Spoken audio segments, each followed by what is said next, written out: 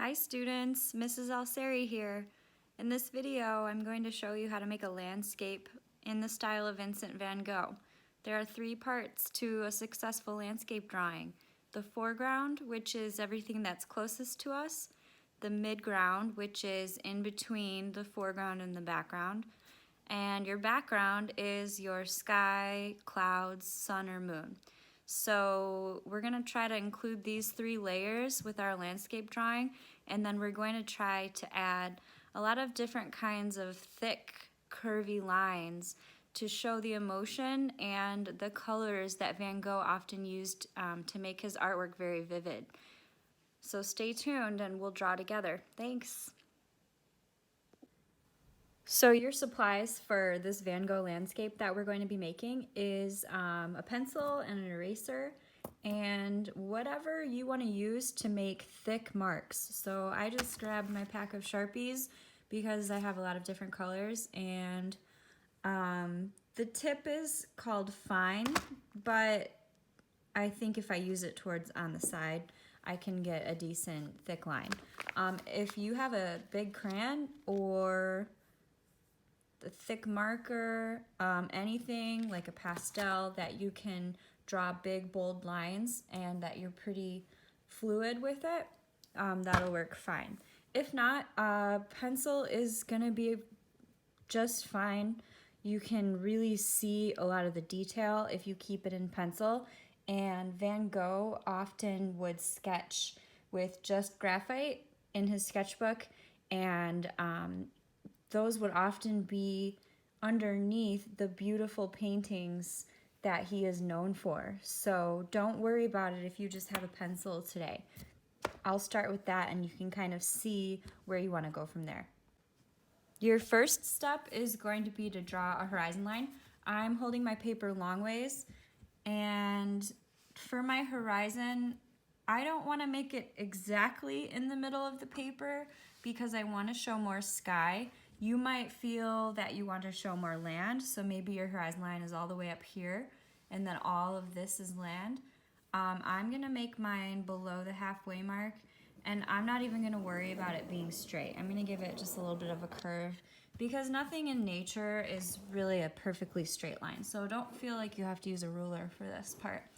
And then now you kind of already have a separation between your foreground and your background. So this is whatever's closest to us, and then anything in the background is gonna be larger, that's gonna take up all this space, so mostly the sky.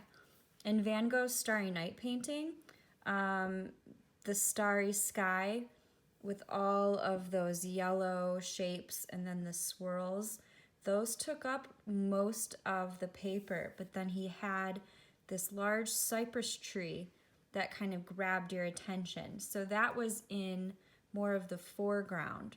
And then all of the buildings in between of the city, those are more of the midground.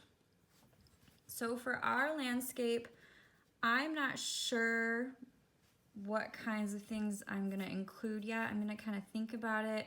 It might be a good idea to look at some pictures, look at some of Van Gogh's work, and then I'm gonna decide how I want to split up my space. So a good place to start, if you're not sure, I'm gonna just add some little hills in here. So just curvy lines, you can do a few of them. Not too curvy or they'll look like waves and it'll start to become like water. So just a slight curve, maybe some of them connect. And I want to make it balanced, so maybe I'll put one over here. And so these are little hills, and then now you can kind of see that these landforms are starting to develop. For my sun, I actually think I'm just going to do a sunset, and I am going to put my sun in the middle, right along the horizon. So I'm just going to make some rays. I might make them more interesting later, but this way I know how much space they take up.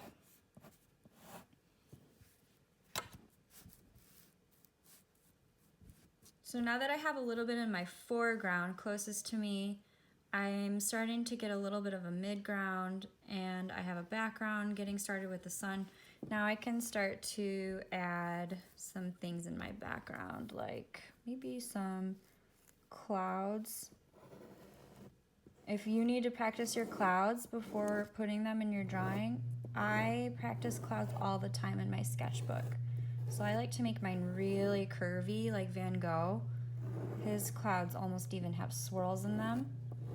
They have a lot of emotion and a lot of feeling. So far I've got those two. I'm gonna put in a third one over here just to make it balanced, maybe a little bit smaller.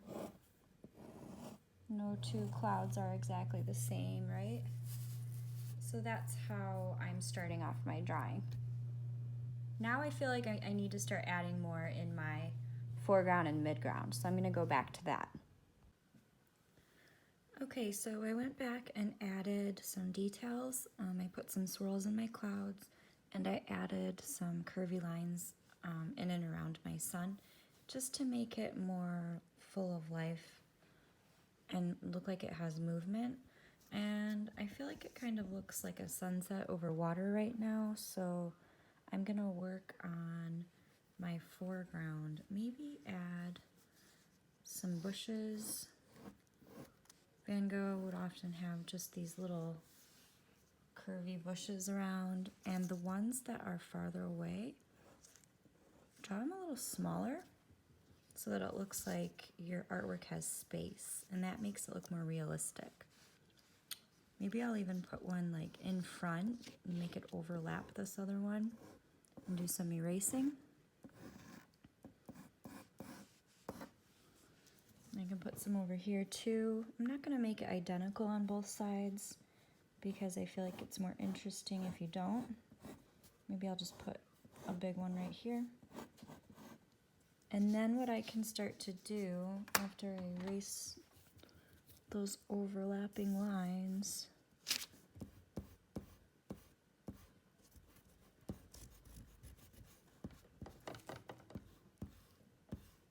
let me fix that. Do it over here.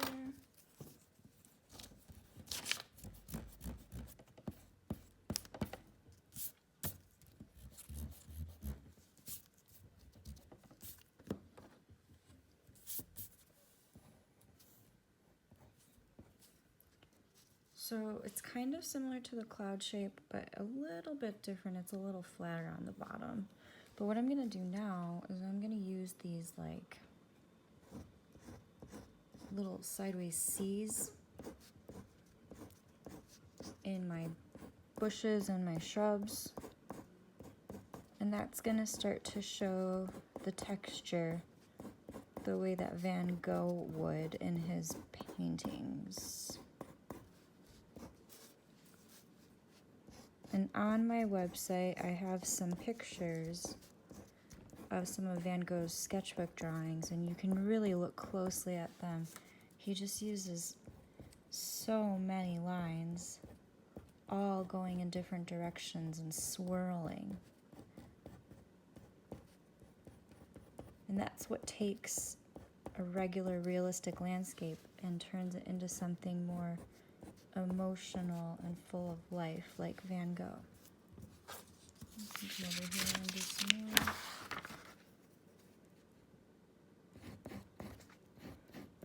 You can change up the size in one area.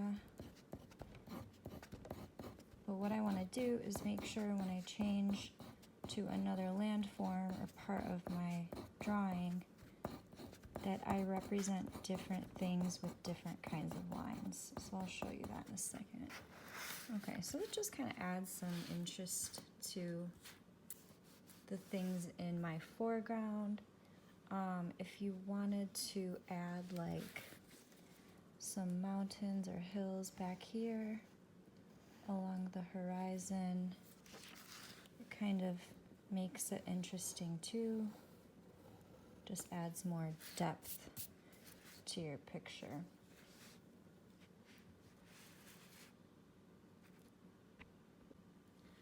So it helps when you're learning how to draw a landscape or anything really. If you're not really sure as a beginner, I would just pull up a picture on your computer of some things that you like. If it's a landscape, maybe look at some different pictures of nature and really look at different parts of trees and fields and skies and sunsets, and kind of decide what it is you like to draw and how you would draw those shapes in your artwork. So I actually have my laptop up right now, and I'm looking at some of Van Gogh's work while I'm drawing. So I have my website up, and I'm really looking closely at the way that he has the city at the bottom. There's a lot of different hills, and then I'm looking at the way he did his bushes in this next sketch, and I'm really combining some of the things that I like from his different artwork. Oops, sorry about the color change. So before you get to the fun part, which is if you're going to add colors or make your lines thicker, the next thing is to go through the whole picture and draw those directional lines. So I snuck in some of these mountains. Since I want the mountains to look different than the bushes where I was using like seas, I'm just gonna come up with something else. Maybe I'll kind of repeat a similar line to the top of the mountain shape. You don't want to get too long. He often would just use thousands and thousands of short, thick brush strokes and just dozens of layers of thick, thick paint on the surface. So even though we're not creating a painting, you can paint if you have the paint at home. But I'm just doing this in the style of his sketches with lines. If you were doing this with paint, you'd be taking your paintbrush and you'd be layering one color at a time. And you might be using 3 or 4 colors of paint in just one little area. He would put pinks and purples and blues in his bushes and his trees, and it really brought his artwork to life.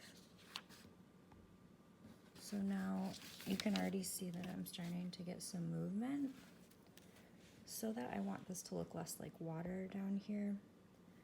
Now I'm just gonna maybe kind of hop around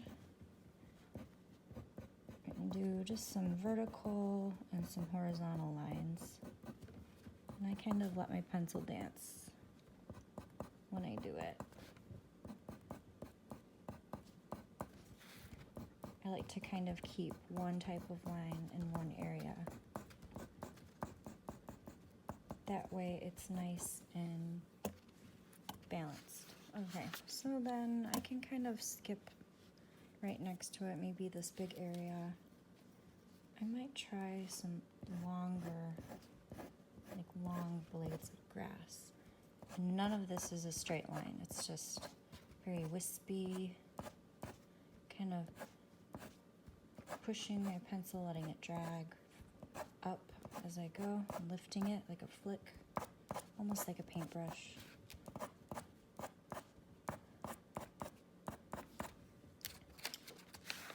Maybe this kind of carries behind the bush. And then as I go further, I can kind of skip around, or I think I'll skip that part, because if it gets too crazy, then it's way too much to look at. So you can choose to leave certain parts just the way they are. Maybe in here, I could do like some more of these short lines and some going in different directions.